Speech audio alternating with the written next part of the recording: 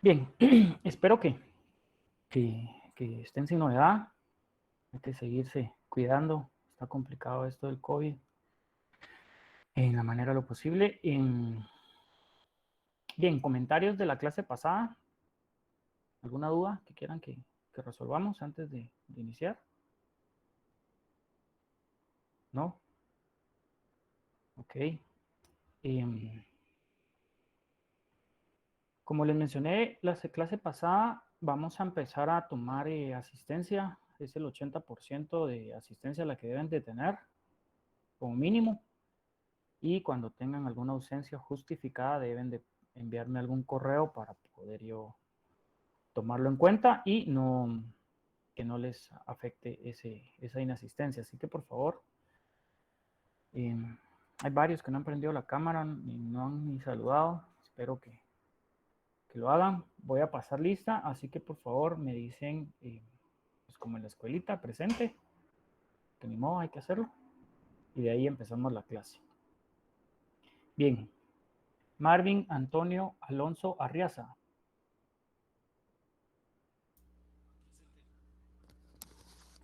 ¿Alguien habló? Presente. Ok, casi no te escuché, Marvin, pero gracias. Anthony Hans Álvarez Medina. Presente. Gracias. Sergio Estuardo Archila López. Sergio. No, ok. Erika Gabriela Arevalo Milián. Presente, Inge. Gracias. Lester Haroldo Blanco Melendres. Presente. Gracias. Hugo Gabriel Cabrera Espinosa. Presente. Marlon Vladimir Chajón Cepeda. Presente, ingeniero. Gracias. Cheryl María Chiu Echeverría. Presente. Gracias. Elvis Estuardo de León Morales. Presente, Inge. Javier Alejandro Díaz Portillo.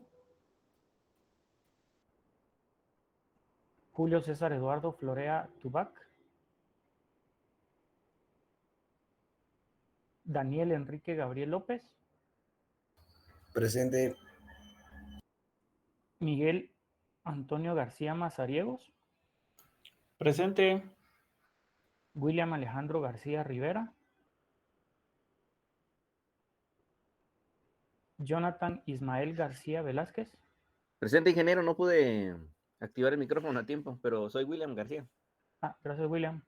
Gracias. Jonathan Ismael García Velázquez.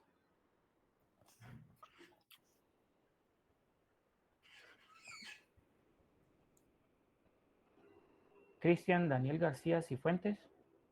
Presente. Erwin Jonathan González Estrada. Presente, ingeniero. Buenos días. Buen día. Sergio Iván Hernández Estrada. Presente. Eduardo Alexander Hernández Revolorio. Presente, Inge. Marlon René Hernández Yupe. Presente. Jorge Alejandro Jo Alvarado. Buenos días, Inge. Presente. Buenos días. Fernando José Letrán Medina. Presente. Daylin Janet Linares Barrios. Presente. Marco Antonio Linares Morales. Presente. María José Mejía Godoy. Presente. Sterling Mariana Miranda Enríquez. Presente, Inge. Jeremy Steven Monzón Nimatuj. Dani Arsenio Morales Castro. Presente. Domingo Adonías Nicolás Raimundo. Presente, Inge. Kenneth Haroldo Ordóñez Valenzuela. Presente. Javier Andrés Osorio Esquite. Presente. Anderson Samuel Parada Guerra.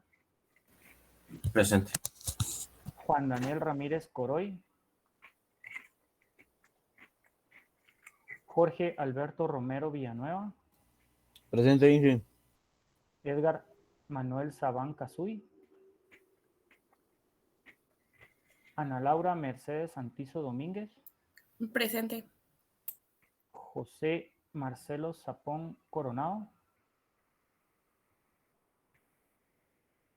Esdras Mardoqueo Sucup Sarpec. Presente. Miguel Eduardo Torres Aguilar. Presente. Luis Eduardo Valdés Gómez. Presente. Marvin Eleazar Vázquez Gómez. Presente. Alexis Jeffrey Francisco Víguez Carranza. Presente. Hansel Rodolfo Villacinda González. Presente, ingeniero. Y Nicole Villagrán. Presente, Inge. Bien, gracias a todos. Ok, entonces voy a presentarles, denme un momento. Gracias para los que prendieron cámara y los que no, por favor, tienen que hacerlo.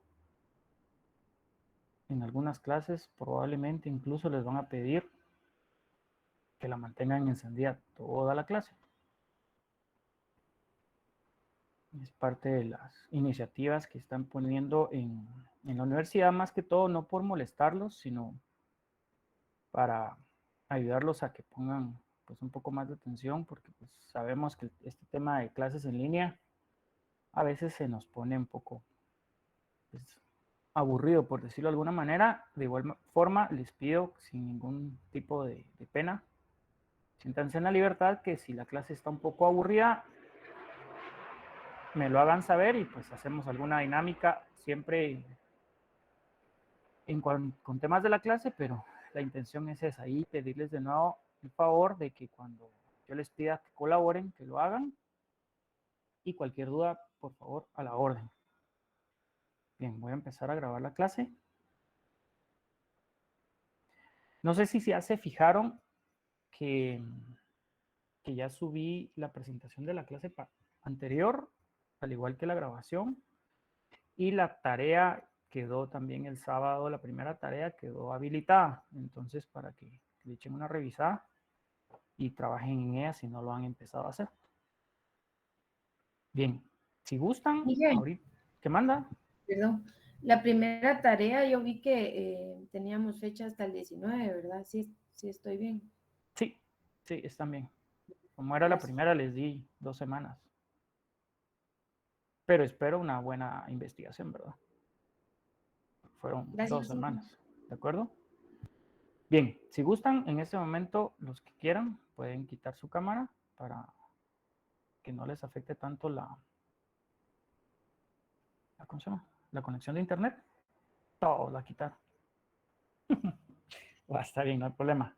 El tema es de que por favor participen en clases, ¿sí? Eso es lo que más me interesa, más que tengan la cámara encendida. Yo también la voy a quitar solo por temas de rendimiento, porque mi computadora se pone un poco lenta.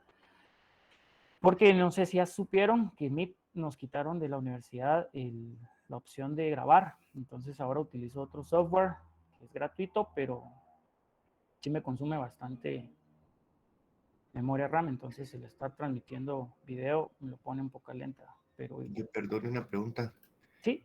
Hablando de tareas, fíjese que a mí me llegó un correo que decía roll call attendance. Fíjense que esa tarea no es del curso, a mí también me llegó, como que a mí me la colocaron, yo estuve revisando, pero no veo nada.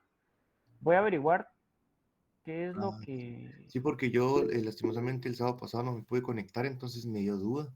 Dije, tal vez dejar alguna tarea, pero Sí, justamente sí hay una. la compañera vi que hasta el 19 teníamos, entonces... Sí, ahí Marlon nos está diciendo que cree que es por un tema de asistencia, entonces puede ser. Okay. Igual voy a averiguar, pero siéntanse tranquilos que eso no es tarea del curso propiamente, solo la que está ahorita para entregar el 19. Ok, gracias. Va, a la orden. Bien. Ahora sí, voy a empezar a grabar. Iniciamos entonces. Bien, esta es la clase 2 de análisis de sistemas 1. ¿Qué es lo que vamos a ver? Bien, vamos a ver las características del producto, obviamente el producto es software, y estrategias de desarrollo denominadas formales. Entre ellas vamos a ver el modelo cascada, que seguramente muchos de ustedes ya lo han escuchado, modelos incrementales en general, y modelos evolutivos. Vamos a ver un poco de forma genérica cuáles son los evolutivos. Nos vamos a ponerle mucho énfasis al modelo evolutivo de prototipos y el de espiral, porque son los dos que más sentido hacen. Y vamos a ver el modelo unificado. Y por último, si nos da tiempo, espero que sí, vamos a hacer un trabajo colaborativo. Para ello, como en esta clase somos 44, habemos 40 personas, bueno, hay 40 estudiantes conectados, entonces lo que les voy a pedir es de que de una vez hagan grupos. Si hay 40, vamos a ver, déjenme ver, esos números rápidos. 40 dividido.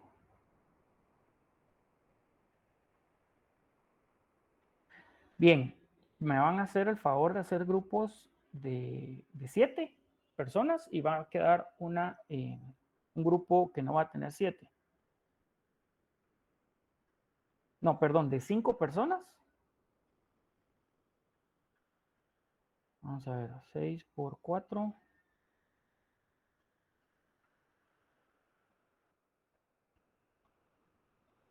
Van a ser 5 grupos de 6 y 2 de 5.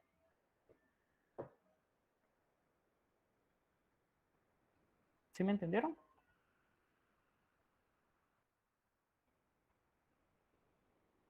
¿Bueno?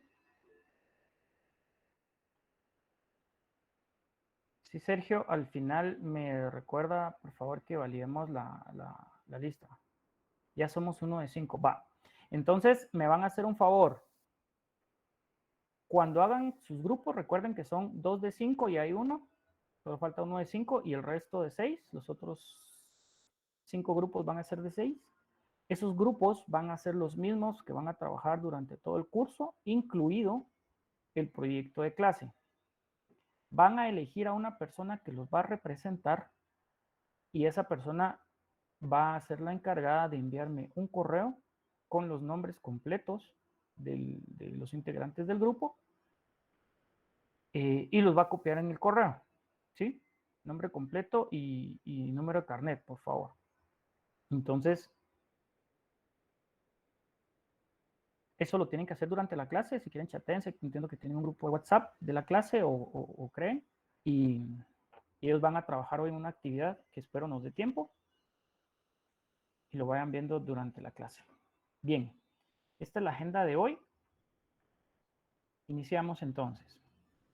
¿Qué características del producto vamos a encontrar en el proceso de software? Bien, hay 4 grandes características que debe tener todo producto de software, que son el mantenimiento, la confiabilidad y seguridad, la eficiencia y la aceptabilidad.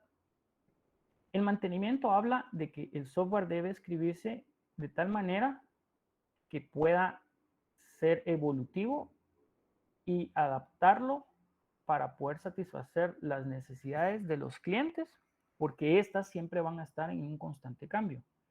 Y yo aquí agregaría que no solo las necesidades de los clientes, sino también del mercado. Muchas veces, cuando sacamos un producto de software o cualquier producto en general, llega un momento en el que lo sacamos y dependiendo del tiempo que nos lleve a realizar este software, que cuando ya lo lanzamos, el mercado o las necesidades ya cambiaron. Por ejemplo, podemos ver que en el caso de los software que trabajan para una empresa, para un banco, de repente viene la superintendencia de bancos y saca un nuevo reglamento, el cual debe de ajustar y debe de cumplir cada uno de los bancos del sistema financiero de Guatemala, y entonces esos software que tenemos que utilizan esas funcionalidades, las cuales están generando estas nuevas regulaciones, deben de cumplir.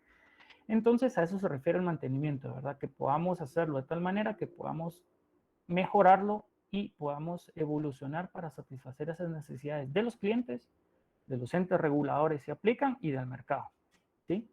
Este es un atributo bien crítico porque el cambio de software es un requerimiento inevitable. Los que ya trabajan y los que leen un poco del tema en cuanto a noticias, se dan cuenta que la tecnología ahora cada cierto tiempo, en meses, diría yo, antes eran años, quizás un par de años, un año, ahora ya son en meses, esto cambia, ¿verdad?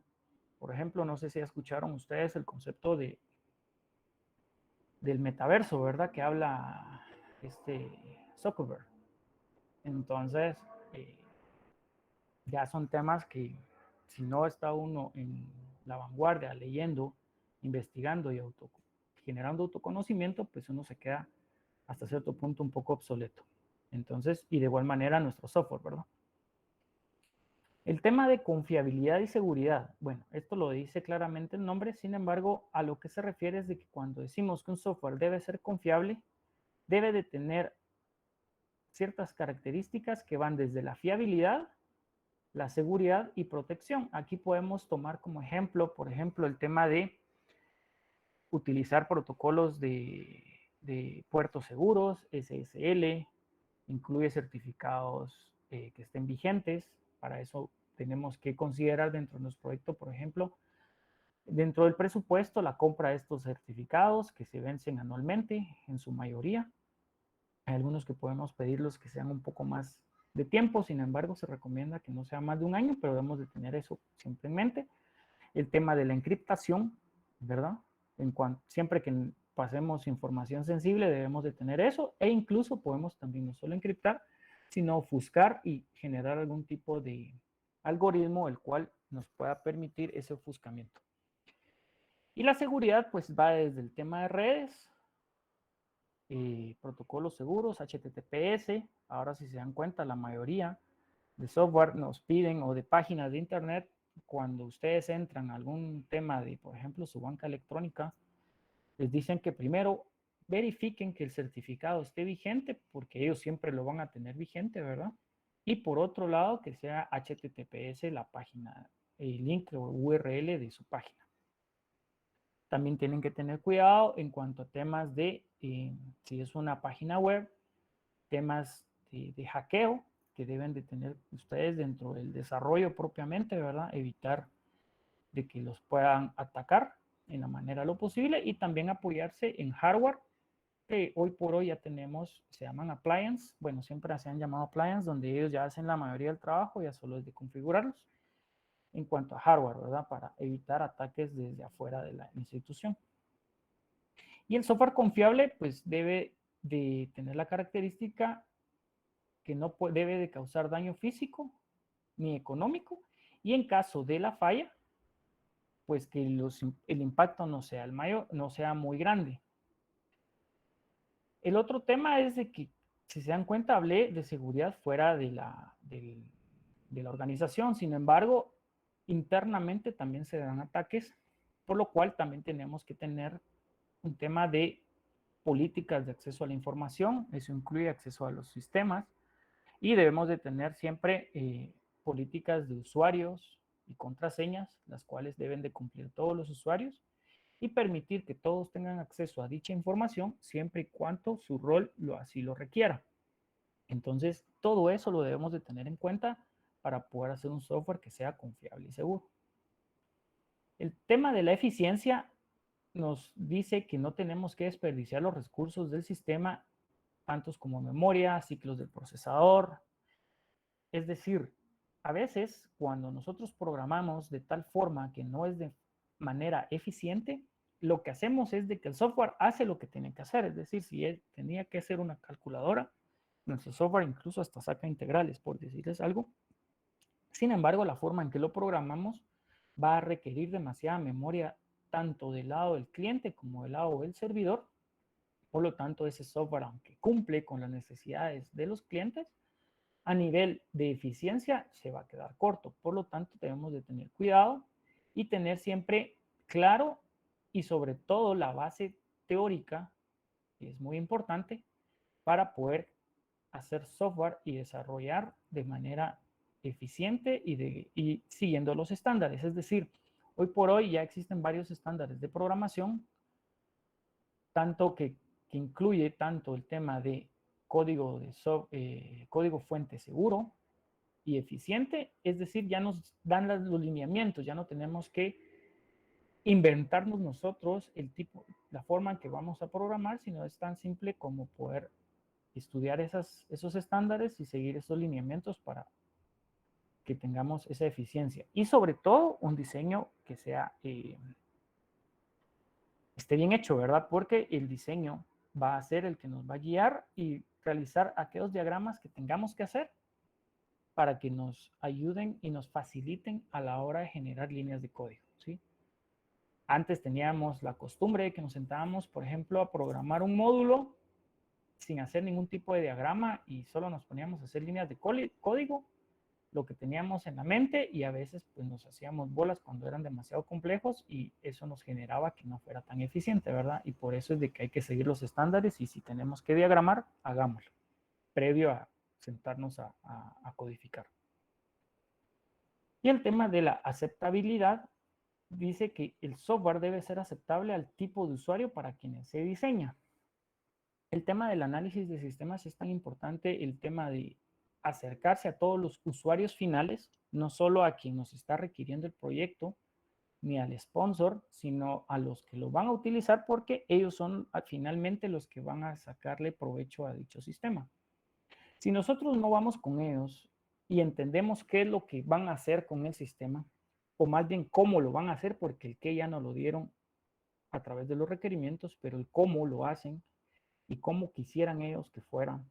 Eso no quiere decir que vamos a aceptar todas sus sugerencias, sin embargo, debemos de entender su rol dentro del sistema para que cuando ellos lo vayan a utilizar no se sientan, no les vaya a sorprender si alguna pantalla es un poco compleja, y debemos de tener siempre claro que lo más simple es lo mejor, siempre que sea agradable y con un diseño bastante comprensible y compatible con los otros sistemas si es que van a interactuar que ellos puedan tener. Si les ha tocado hacer algún cambio de sistema, se dan cuenta que siempre hay una resistencia al cambio, sobre todo cuando en lugar de unificar todas las funciones que una persona debe de tener en un sistema, lo que hacemos es decirle, mira, antes usabas 2 sistemas y ahora vas a tener que usar 4. Ese tipo de cambios, cuando les ampliamos el acceso a los sistemas para hacer lo que hoy hacían en 2 o incluso en 1, ese tipo de cambios hay que tener cuidado porque no siempre es lo mejor.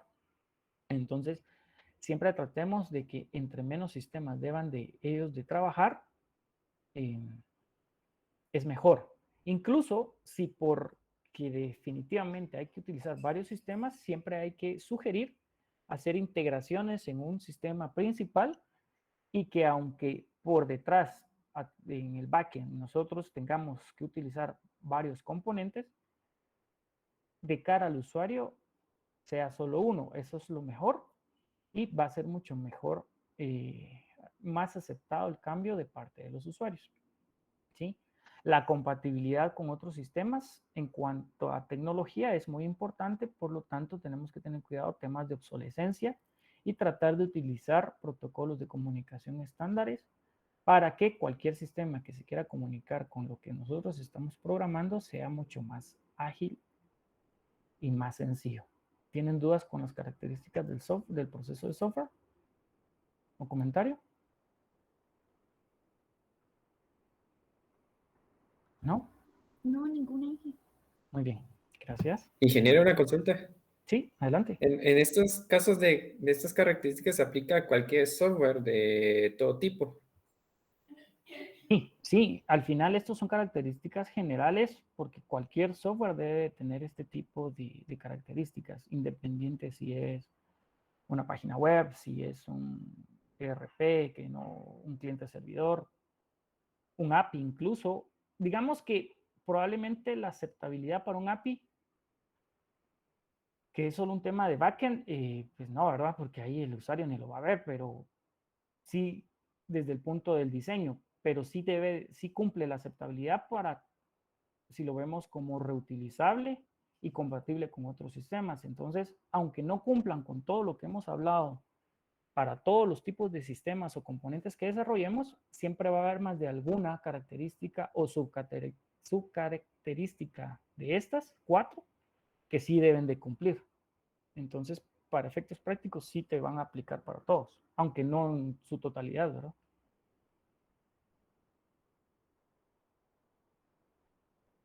No sé si te quedó claro. Sí, queda más claro. Ok, perfecto. Bien. Esas son las características generales, ¿verdad? Que todo software debe de cumplir y como bien decía el compañero, aplican para todos los sistemas, sin embargo, no necesariamente para todos por su naturaleza, ¿verdad? Les doy un ejemplo como un API, que es un tema de conectividad o integración, que eso no lo va a llegar a ver el usuario, pero sí aplica el tema de la compatibilidad con otros sistemas, ¿verdad? De hecho, esa es su función. Bien, las estrategias de desarrollo. Las estrategias de desarrollo tienen en general 4 actividades fundamentales, ¿sí? Que son la especificación del software, el desarrollo del software, la validación y la actualización. Si se dan cuenta, va muy de la mano con algunas de las características que vimos hace un momento y pues nos suenan bastante lógicas. La especificación del software, como su nombre nos puede dar una idea, es donde los clientes de la mano de los ingenieros o analistas definen el software que se va a producir y las restricciones en su operación. ¿A qué se refiere esto? Es decir, vienen los clientes, hacen una solicitud en base a una necesidad que tienen para realizar sus actividades y de la mano y con el asesoramiento de los ingenieros y o analistas de sistemas, vienen y empiezan. ¿Y por qué dice que van de la mano? Porque ellos muchas veces solo quieren o solo dan la necesidad, quizás de una forma muy genérica, y nosotros como analistas lo que tenemos que hacer es guiarlos primero para poder aterrizar y poder estandarizar sus procesos, porque ese es otro rol, otra tarea muy importante que tenemos como analistas. Tenemos que, antes de automatizar cualquier proceso, primero debemos de estandarizarlo y llevarlo a tal punto de que ellos se sientan, los usuarios o los clientes se sientan cómodos con algunos cambios que deben o algunos ajustes que deben hacer a su procedimiento y estandarizarlo. Es decir, si hay otras áreas que usan ese tipo de proceso o parte del proceso, todos estén alineados a llevar el mismo flujo.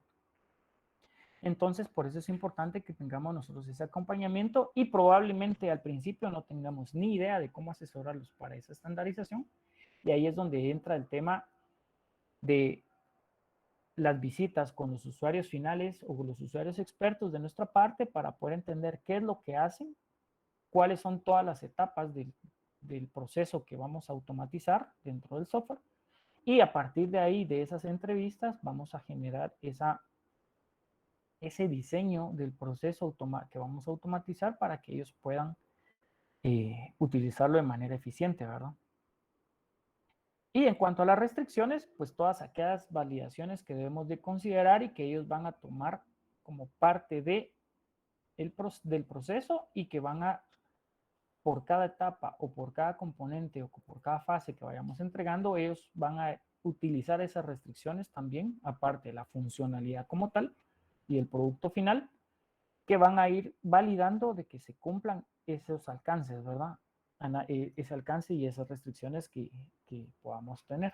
Eso es bien importante. Muchas veces los usuarios solo nos dan qué es lo que quieren y se les olvida decirnos, mira, pero fíjate que para el cálculo de la tasa, de la cuota mensual del préstamo, del nuevo préstamo que vamos a sacar, no puede pasar de el 30% anual, por decirles algo. Y entonces resulta que nosotros lo dejamos libre hasta el 100% y eso les da chance a ellos de cometer errores humanos, ¿verdad? Por darles un ejemplo muy simple. Entonces tenemos que preguntar siempre, si no nos los dan, qué restricciones o qué delimitaciones y qué validaciones debemos hacer dentro de cada pantalla, por decirlo de una manera, que vayamos a definir y diseñar. El desarrollo del software, pues como su nombre lo dice, ya es el tema donde diseñamos a nivel de arquitectura, infraestructura, que no es lo mismo, suena parecido, pero no es lo mismo. Arquitectura, hablamos en cuanto al diseño arquitectónico, si vamos a usar orientado a objetos, capas o el tipo de diseño que vayamos a utilizar. Y la infraestructura ya habla de servidores, firewalls y todo ese tipo de cosas, licenciamientos. Así que son dos cosas distintas. Y posterior al diseño, pues la programación del software, ¿sí? Que ya es el código fuente que ustedes van a generar. O si ustedes solo van a hacer el rol de analistas, pues a los programadores que vayan a generar el producto final. La validación de software es otra etapa bien importante donde en la realidad, en una empresa que tenga un desarrollo de software, digámoslo, con los roles mínimos para hacer un software de calidad, existe áreas o personas que están dedicadas a este tema, a la validación o a la calidad de software de cada uno de los programas que van entregando el área de desarrollo.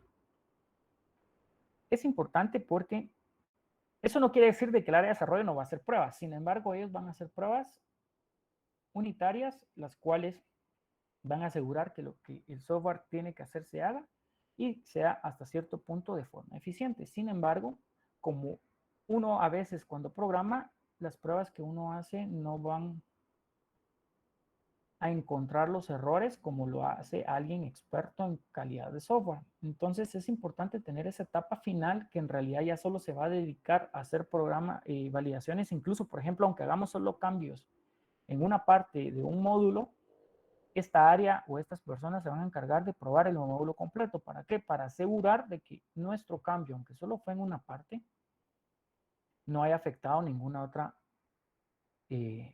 lugar de donde tenga interacción con eso que cambiamos, ¿verdad?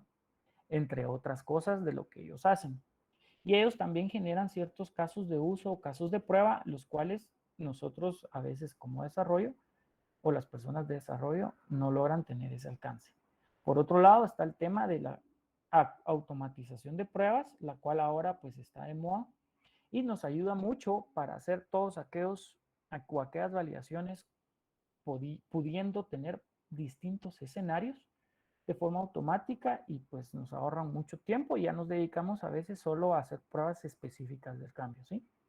Y dentro de esa validación o ese script de pruebas, es importante que las empresas le den el tiempo a las personas para poder hacer esos nuevos casos de uso que estamos cambiando o estamos agregando a la funcionalidad, poder hacer esas pruebas automáticas. ¿Sí? Adelante.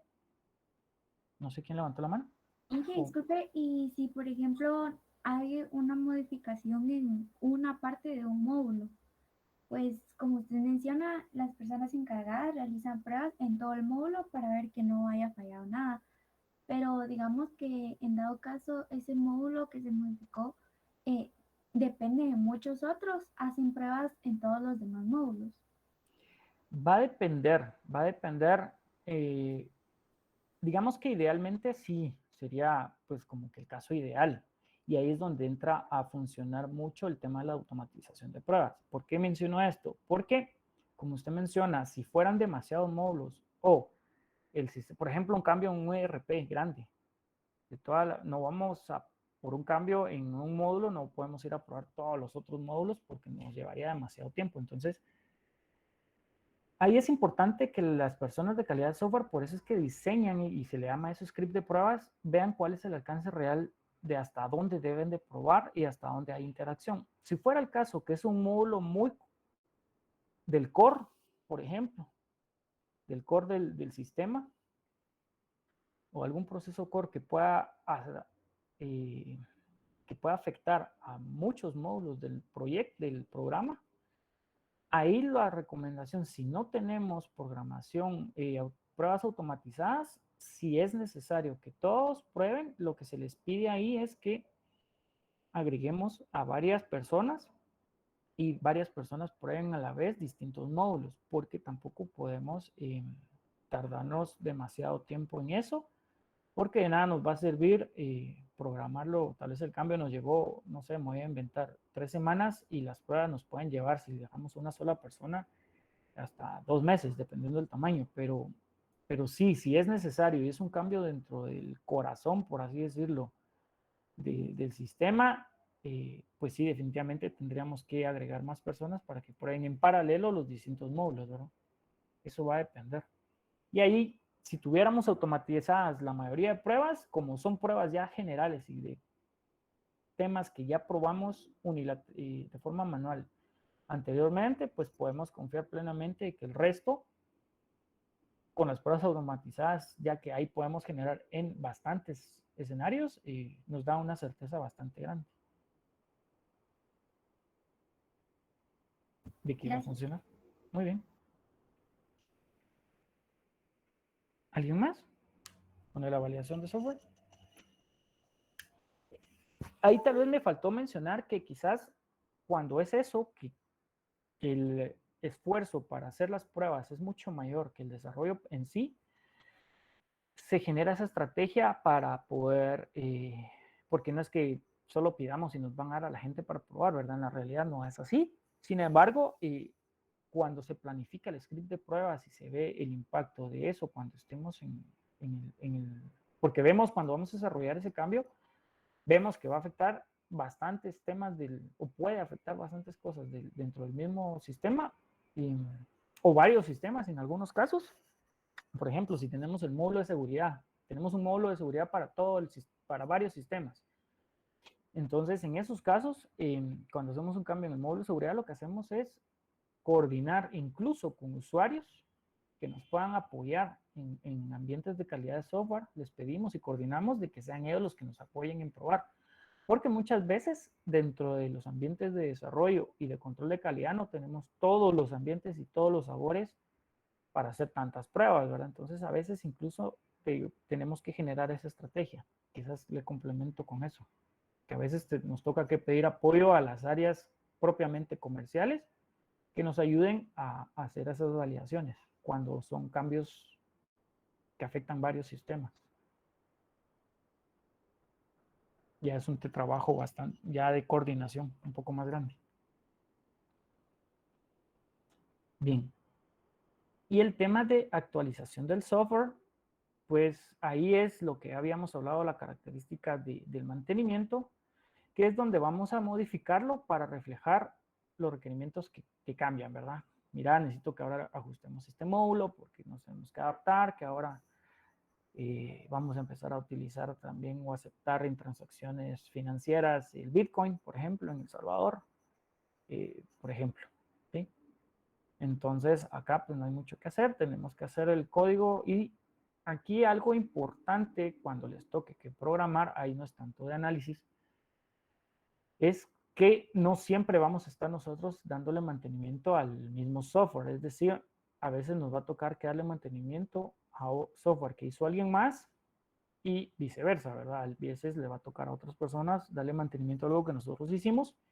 Entonces, dentro de los estándares de programación deben de considerar siempre el tema de la documentación. Algún pequeño comentario que diga qué hace esta función, qué hace esta clase, qué hace este parámetro y algo que pueda guiar a las personas para poder hacer un mantenimiento mucho más simple, ¿verdad? Porque a veces es bien complicado entender lo que la otra persona pensó en su momento para hacer una programación, ¿sí?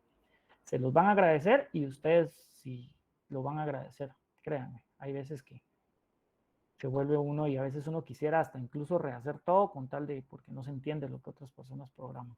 Entonces es importante que lo tomen en cuenta en este tema de actualización de software o mantenimientos. Y también hay actividades de soporte al proceso como la documentación y el manejo de la configuración.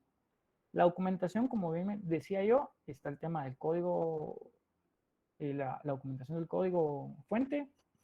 Tenemos los manuales de usuario, los manuales de instalación que podamos generar para el área que va a implementar, los manuales de configuración para los que van a administrar el software, porque a veces no solo es ese tema, y también manuales en cuanto a requerimientos y todo lo que pueda ser útil para la organización y más de alguna área. Esas también son actividades, pero son más actividades de soporte, ¿sí? ¿Dudas con esto?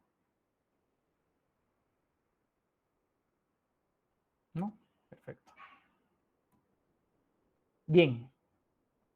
Dentro de las estrategias del desarrollo tenemos algunas descripciones de algunos procesos. Por ejemplo, los roles, los productos y las pre- y post-condiciones dentro del desarrollo.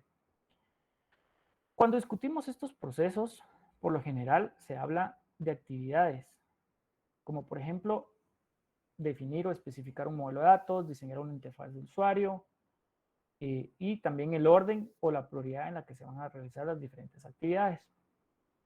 Pero también debemos de incluir esas descripciones dentro de estos procesos. Por ejemplo, los productos. ¿A qué se refiere cuando decimos los productos?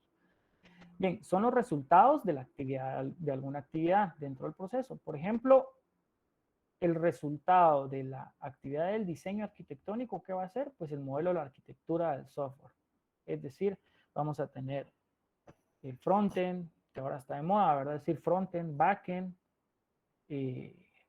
o un modelo, por ejemplo, vista controlador, que es más o menos lo mismo, 3 capas, lo que fuera.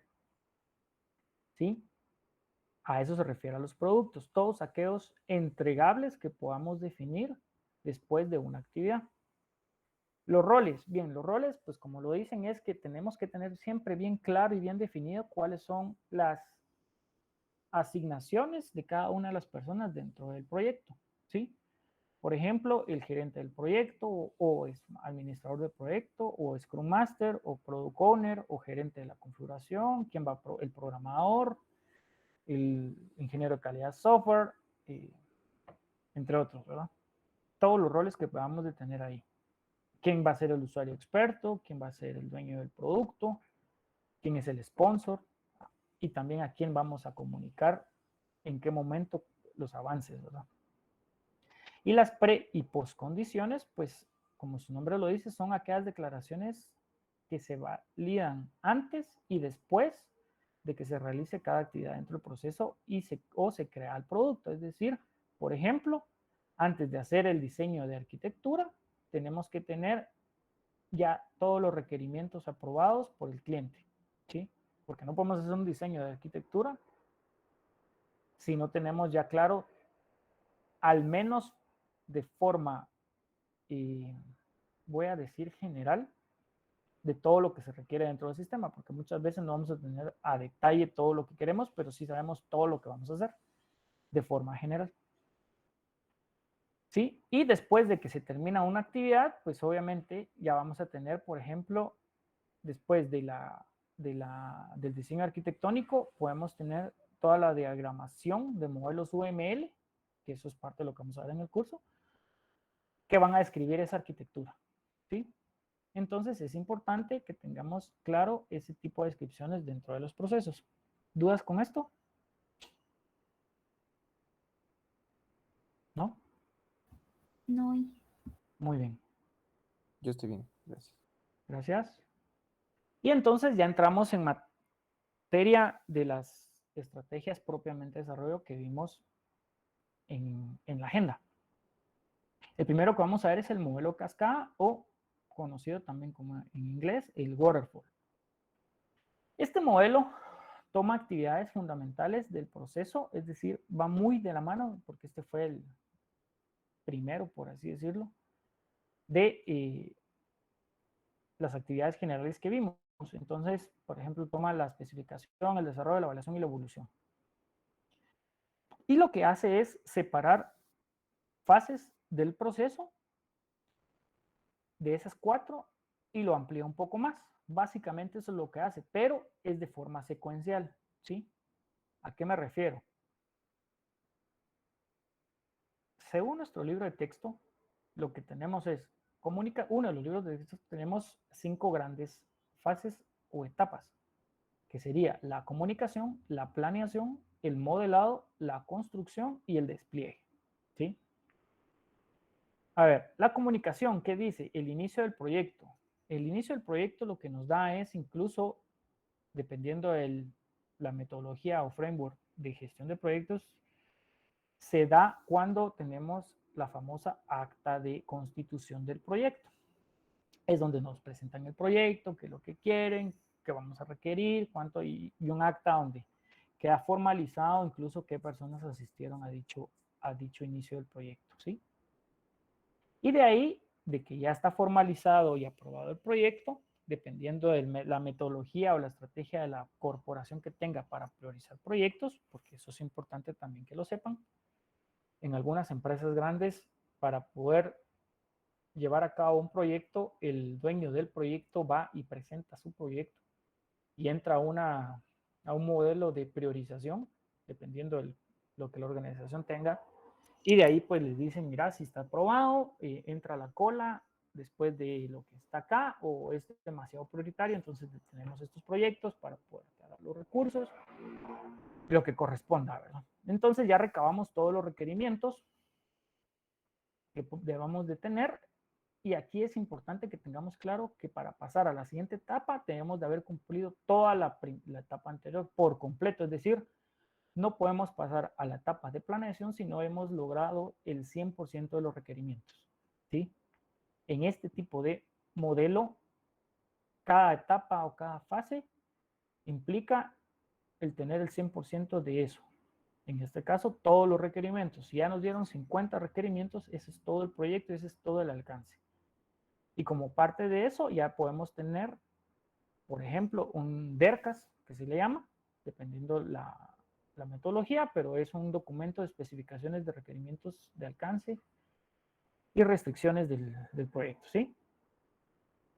Después de esto pasamos a la planeación, donde en base a todos los requerimientos ya generamos una estimación de en cuánto tiempo vamos a llevar a cabo la programación de todos esos requerimientos. De ahí que tenemos ya estimado, pues ya lo programamos. Eso ya implica, ¿cuál es la diferencia entre estimación y programación? A ver, ¿quién me dice?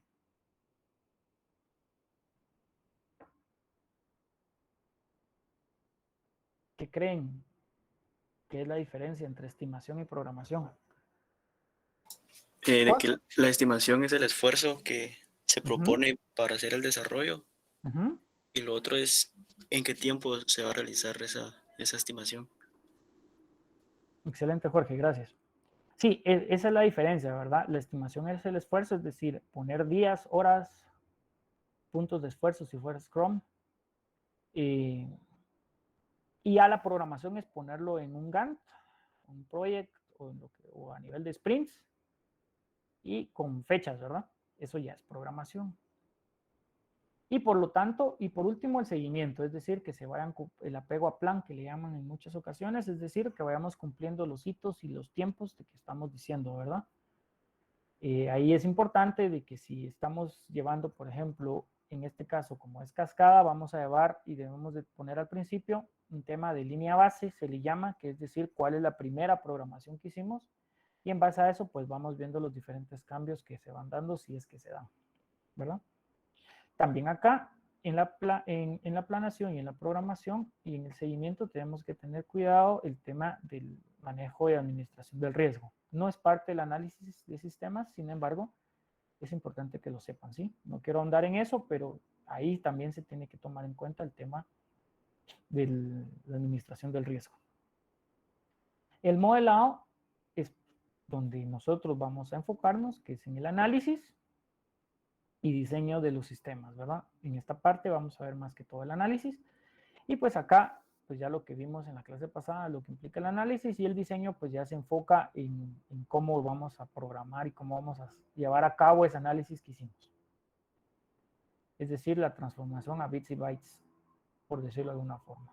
La construcción es cuando ya el equipo de desarrollo pues genera el código y hace sus pruebas de ingeniería.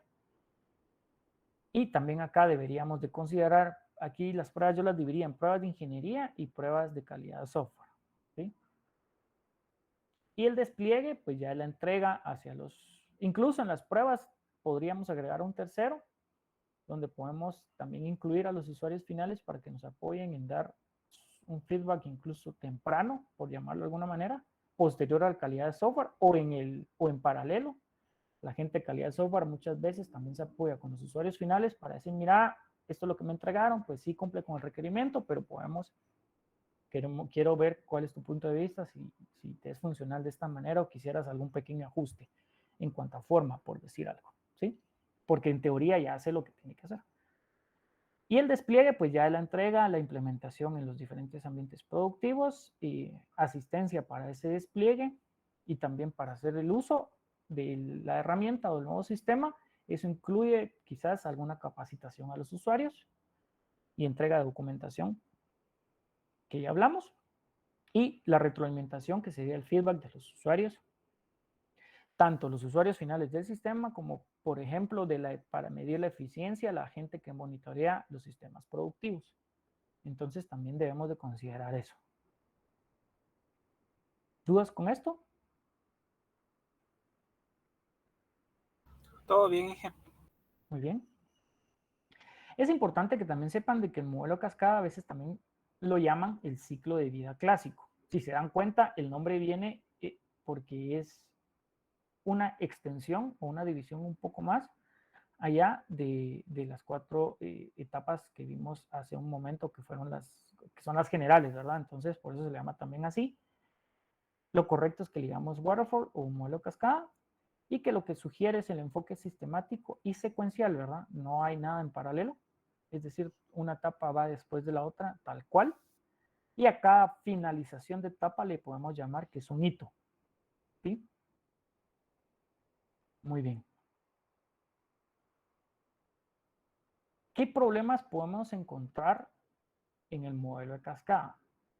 Hay unos que son bien lógicos. Por ejemplo, a veces es bien complicado de que el cliente nos pueda dar de forma explícita todos los requerimientos al inicio del proyecto. Yo diría que casi siempre.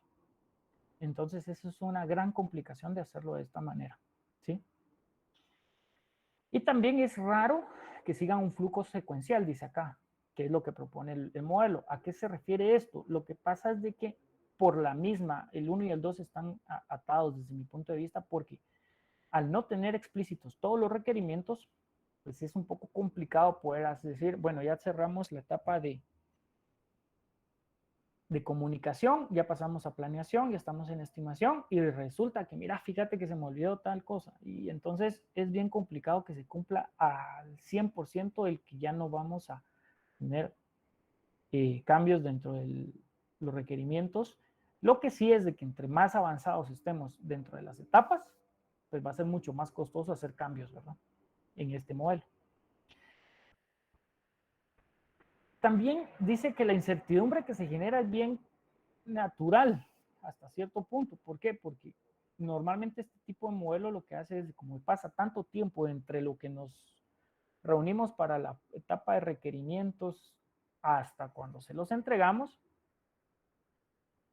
ese tiempo a veces es tan grande que se genera una incertidumbre y hay presión porque no saben ni qué vamos a entregarles y entonces esa es otra cosa, otra situación que tenemos que saber manejar, ¿sí?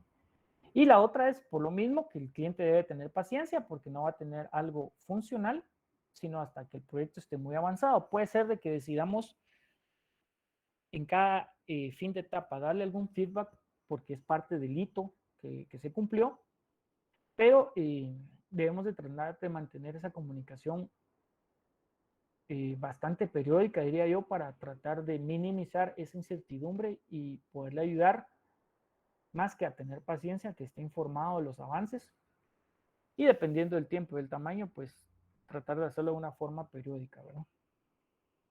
El otro punto es de que a veces en este tipo de, bueno, en realidad esto creo que aplica para todos, pero hay unos que se llaman estados de bloqueo.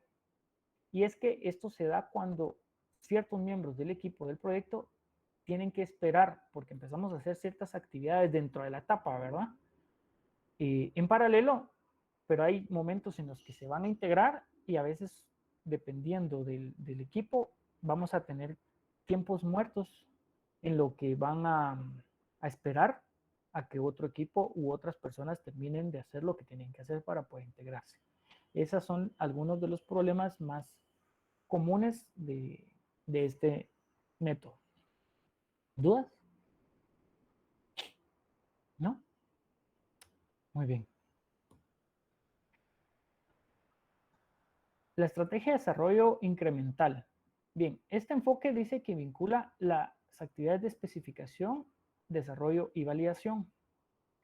Y el sistema que se desarrolla es una serie de versiones o incrementos, como su nombre lo dice. Y cada versión añade funcionalidad a la versión anterior. Ese es, digamos, el enfoque principal de este tipo de estrategia. Si lo vemos en una gráfica o en un modelo, lo que hacemos es esto, ¿verdad? Lo que ven acá. Vamos a ver si acá, si se dan cuenta en la parte de abajo donde dice incremento. Vamos a ver aquí cómo, aquí está. Ok, en esta parte de acá, permítanme, quiero ver cómo le hago acá. En la parte de abajo dice que tienen un incremento número 1. Entonces, si se dan cuenta, cada uno de los cuadritos es todas las etapas que vimos del waterfall: comunicación, planeación, modelado, construcción y despliegue, ¿sí? Pero lo que hace es que cuando vamos, por ejemplo, en la construcción del incremento 1, empezamos con la comunicación del incremento 2. Dependiendo de la cantidad de equipos que tengamos, ustedes pueden decirme, mira, que hay varios equipos. Es decir, el equipo que se encarga de la comunicación y planeación probablemente es distinto al que analiza y es distinto al que programa, por decirles algo. Entonces, cuando ellos, incluso aquí podríamos, o digamos que comunicación, planeación y modelado lo hace el mismo equipo, según esta gráfica, ¿verdad? Y aquí en desarrollo ya lo entregamos al equipo de desarrollo. Entonces, cuando nosotros terminamos nuestras actividades, empezamos con la siguiente comunicación y así nos vamos hasta que tengamos todos los incrementos, ¿verdad? Básicamente eso es lo que nos dice este modelo incremental. Entonces, dice que hay muchas situaciones. ¿Y por qué es que elegimos hacerlo de esta manera?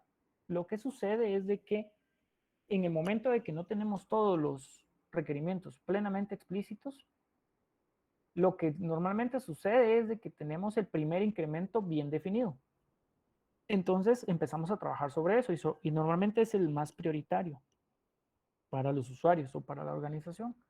Entonces, como ya lo tenemos, ese primer entregable o incremento bien definido, le aplicamos todas las etapas del waterfall, que va a ser mucho más pequeño que todo el sistema, y en el camino, conforme vamos trabajando el siguiente, cuando ya vamos en la etapa de desarrollo o en alguna etapa más adelante de ese primer incremento o MVP, empezamos a trabajar con el segundo en la definición, y para cuando el equipo que lo entrega ya lo hayamos implementado, pues ya tenemos listo los requerimientos del segundo incremento.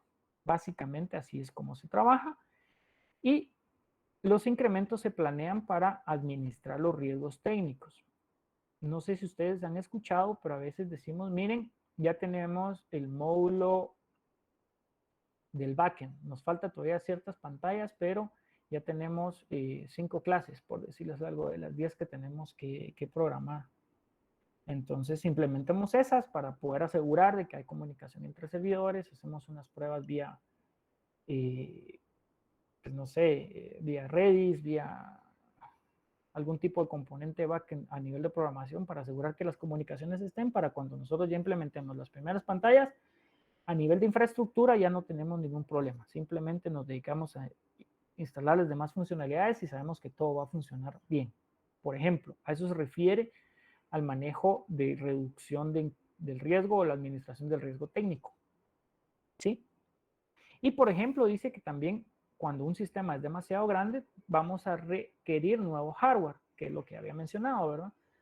Cuando son implementaciones que incluyen adquisición del nuevo hardware, y hardware me refiero no solo hardware físico dentro del banco, dentro de la institución, por ejemplo, sino ahora pues tenemos el tema del manejo de la nube, ¿verdad? Pero al final de cuentas todo eso conlleva temas de permisos, de administración de comunicaciones, de un montón de cosas, ¿verdad? Entonces, también puede ser de que nos lleve un tiempo adquirir ese hardware, y entonces esos incrementos también pueden ir orientados a que vamos a ir entregando esos incrementos conforme vayamos teniendo ese hardware, ¿sí? Porque a veces eso es una limitante.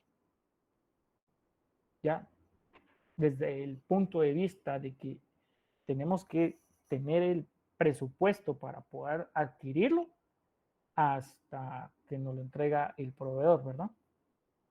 ¿Dudas con esta estrategia? ¿Algún comentario? ¿Quién define el incremento? En principio, el dueño del producto, el que está requiriendo el proyecto, ¿sí? Y la otra restricción que podemos tener para los incrementos es lo que acabamos de mencionar, que es el tema si requerimos algún hardware y nos va a llevar un poco más de tiempo. Eso probablemente nos pueda definir los incrementos, pero en principio debieran de ser las personas que lo necesitan, ¿verdad? ¿Ok? Un tip dice, el modelo del proceso evolutivo genera en cada iteración una versión final cada vez más completa del software. Esto es el proceso evolutivo. Dice, cuando su cliente tiene una necesidad legítima, pero ignora los detalles, como primer paso desarrolla un prototipo. Y ya se darán cuenta que vamos hacia el proceso evolutivo de prototipos. El software, como todos los sistemas complejos, pues evoluciona en el tiempo, ¿verdad? Y es frecuente que los requerimientos tanto del negocio como del producto cambien de forma que avanza el desarrollo. Es decir, nos van pidiendo ajustes porque se dan cuenta que se les olvidó algo o hubo algún cambio que hay que ajustarlo. Y lo que no se hace, y esto hace que no sea muy realista, ¿verdad? Trazar una recta línea hacia el producto final. Jamás vamos a tener un proyecto que se vaya así en línea recta, tal cual. Siempre vamos a tener algunas desviaciones. Y pues, como ustedes ya sabrán, los que trabajan, pues todo urge siempre, ¿verdad? O sea, los plazos que nos dan muchas veces ni nos preguntan y ya comprometieron para 3 meses un software que en principio a nosotros nos iba a llevar 6 meses, ¿sí? Tenerlo todo. Entonces, bajo estos escenarios, donde tenemos presión del área comercial, del área financiera, donde no, incluso nos dicen desde el principio, mira, queremos esto, pero lo más seguro es de que entre 2 meses tengamos, o sea, ya tenemos todas esas características, entonces nosotros tenemos que generar otro tipo de estrategia de desarrollo. ¿Para qué? Para poder entregar algo funcionando con lo mínimo, para que ellos puedan hacerlo, y de tal forma de que podamos irlo ajustando conforme los cambios vayan viniendo. Y para eso existen los prototipos.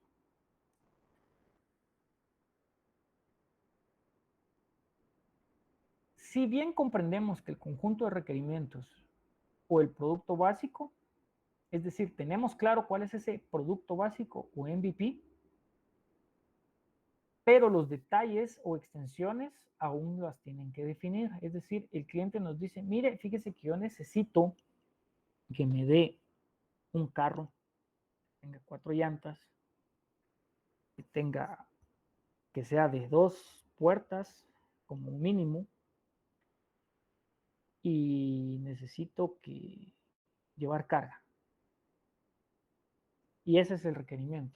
Entonces, pero a partir de eso nosotros tenemos que entrar en los detalles. Bueno, qué tipo va a querer que sea 4x4, va a querer que tenga palangana larga, palangana corta, porque me dijo que es para carga, qué radio va a necesitar, automático, mecánico, y todo ese tipo de cosas no las tenemos claras. Entonces, empezamos a trabajar en un prototipo para que por lo menos empecemos a ver de qué manera se va caracterizando y lo va aceptando y que le sea funcional, y en el camino pues vamos generando diferentes versiones de ese carro para que ya lleguemos al producto final.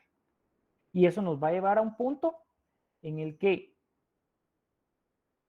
primero hacemos, si se dan cuenta, tenemos las mismas etapas que hemos venido viendo, que es comunicación, planificación, modelado, construcción y despliegue. La diferencia es de que aquí tenemos una comunicación.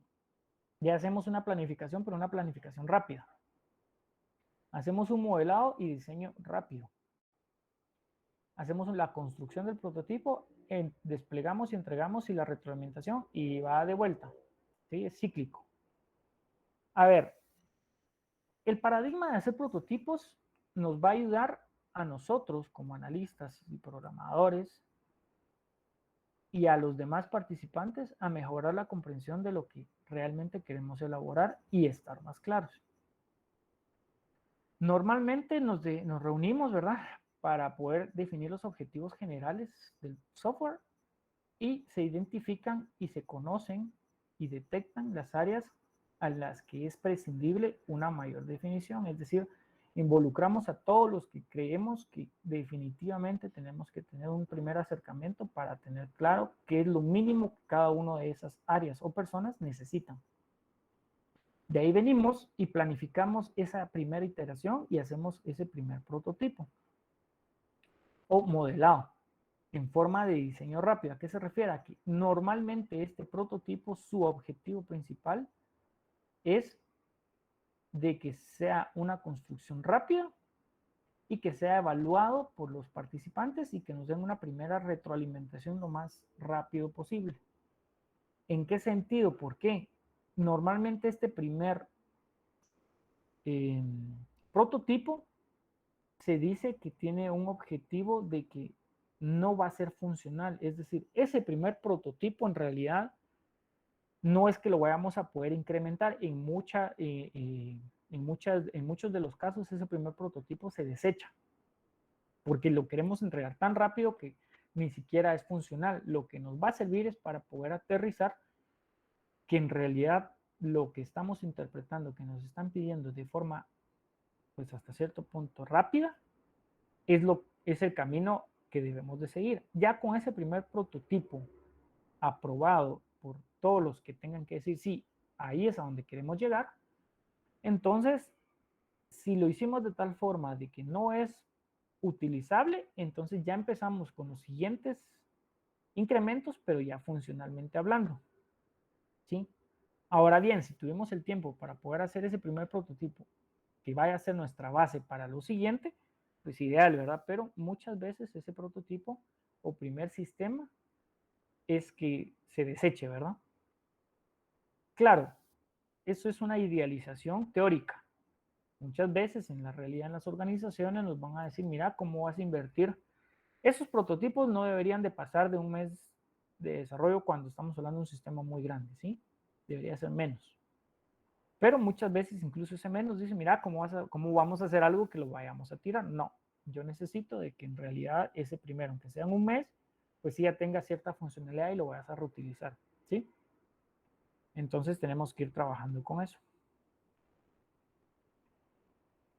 Y ahí es donde cuando ya no son desechables los prototipos, es donde empiezan la palabra evolutivo, ¿sí?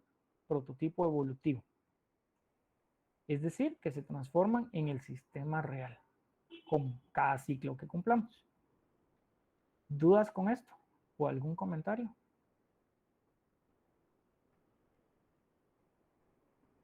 ¿Todo claro? Muy bien. Sí, todo bien, Inge, gracias. Perfecto. La otra estrategia evolutiva que vamos a ver acá es la de espiral. Quizás esta ya la han conocido, incluso la grafiquita es bastante conocida. De nuevo, tenemos las mismas etapas: comunicación, planeación, modelado, construcción y despliegue. Y lo que hace el modelo espiral es adaptarse para ampliarse a lo largo de todo el ciclo de vida de una aplicación, desde el desarrollo hasta el mantenimiento. El modelo acá lo que hace es, a diferencia la gran diferencia, si se están dando cuenta, entre el evolutivo y el incremental es en el momento en el que empiezan los ciclos. El incremental puede empezar antes de que termine la entrega del incremento 1 y el evolutivo debe determinar el ciclo completo, ¿verdad? Independiente si es por prototipo o espiral, ¿sí? El modelo de desarrollo espiral es un proceso impulsado por el riesgo. ¿A qué se refiere? A que se usa para guiar la ingeniería concurrente con diferentes participantes de los sistemas de software. Y tiene dos características que lo distinguen. La primera es que tiene un enfoque cíclico, que es lo que les acabo de mencionar, que quiere decir que para el crecimiento incremental del grado de un sistema y su implementación, y mientras disminuye su grado de riesgo, ¿a qué se refiere? Es decir, conforme vamos avanzando en el ciclo o en el espiral, es decir, cada vez que hacemos entregas, el riesgo va disminuyendo, ¿verdad? A eso se refiere. Porque al principio el riesgo es muy grande porque no sabemos si lo que vamos a ir entregando es funcional, ¿verdad? Entonces, a medida de que disminuye el grado de riesgo, vamos dando más implementación. Y la otra característica es que un conjunto de puntos de referencia de anclaje nos sirven para asegurar el compromiso del participante. ¿A qué se refiere? Cada vez que hacemos una entrega, tenemos que hacer que el usuario o los participantes pues se comprometan a utilizarlo y a darnos feedback para poder ver de que vamos en el camino adecuado. Con el empleo de este modelo, el software que desarrollamos es una serie de entregas evolutivas. En este punto también la otra diferencia con el anterior, desde la primera entrega ya es software evolutivo, perdón. Acá no desarrollamos ningún tipo de prototipo que podamos desechar, sino siempre desde el principio ya es algo que vamos a ir generándole valor en cada entrega. Las primeras iteraciones normalmente se puede entregar el primer modelo, pero y si le queremos llamar prototipo, debe de ser un prototipo evolutivo, no puede ser uno que vayamos a desechar, ¿verdad? Y conforme vayamos pasando en las diferentes iteraciones, vamos a generar versiones cada vez más completas. Eso es lógico. Puede llegar el punto en el que lleguemos a entregar ciertas funcionalidades del software que los últimos incrementos que se habían planificado ya no logren o ya no sean necesarios porque la funcionalidad que se requería ya está completada. Ese es un caso que se puede dar. Y el riesgo se considera que vamos trabajándolo, como decíamos, por cada iteración. El costo y la programación en este tipo de actividades se ajustan con base a la retroalimentación del cliente. ¿A qué se refiere? Por ejemplo, si en el primer entregable el cliente nos dice, miren, no es lo que quiero, obviamente el costo va a ser pues una iteración, ¿verdad? Sin embargo, si hasta la tercera entrega, por decir un ejemplo, nos dice, miren, fíjense que no era lo que yo quería, pues el costo y la programación de actividades que tenemos que hacer básicamente va a ser el triple, ¿verdad? A eso es a lo que se refiere. Entonces, por eso es bien importante que con cada iteración que hagamos y cada entrega, requiramos y hasta cierto punto obliguemos a nuestros clientes a que nos den ese feedback, ¿verdad? Este es un trabajo del gerente del proyecto que tiene que asegurarse de que eso suceda y incluso formalizar esa entrega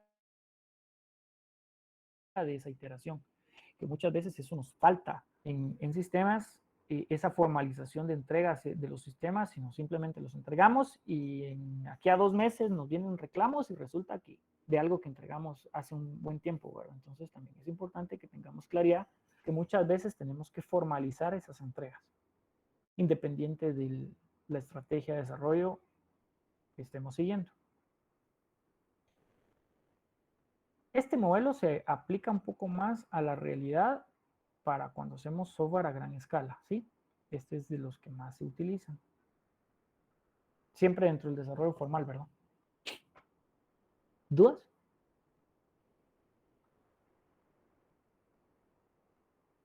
¿Tienen claro las estrategias de desarrollo que hemos visto hasta el momento? ¿Alguien que me las pueda mencionar? Lo que hemos visto hasta ahorita.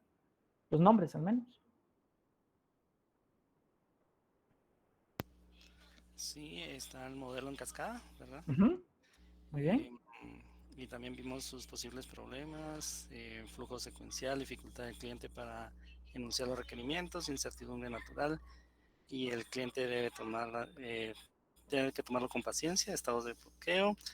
También tenemos las estrategias incrementales, donde se vinculan las actividades, y en el modelo evolutivo se generan con cada interacción o versión final que vamos llevando completa el software, Ahí es donde se encuentran el prototipo, hacer el prototipo, ¿verdad?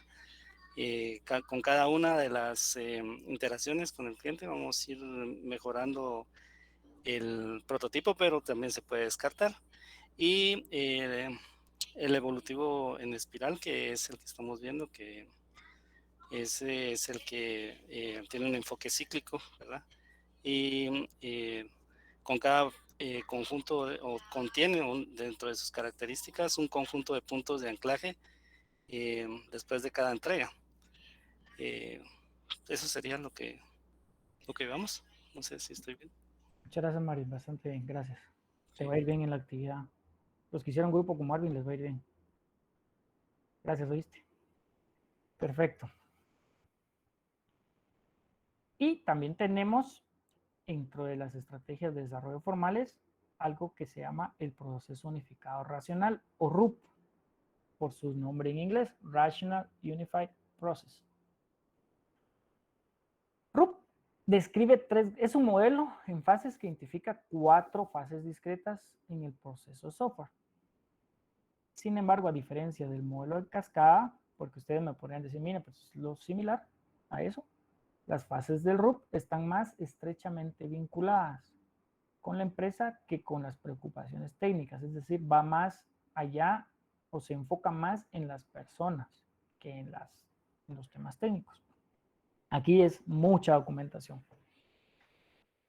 Las 3 perspectivas que tiene RUP son una perspectiva dinámica que muestra las fases del modelo a través del tiempo, una perspectiva estática que presenta las actividades del proceso que se van a establecer, y una perspectiva práctica que sugiere las buenas prácticas a usar durante el proceso. Aquí tenemos una imagen que nos puede decir las 4 grandes fases discretas que tiene, que mencionabas al principio, que es la concepción, la elaboración, la construcción y la transición. Y eso se vuelve una iteración, ¿verdad? Cada vez que terminemos. Y dentro de cada misma fase también se puede generar de nuevo otra iteración. Entonces son iteraciones dentro de iteraciones. Por eso esa es la gran diferencia. Y nos dice que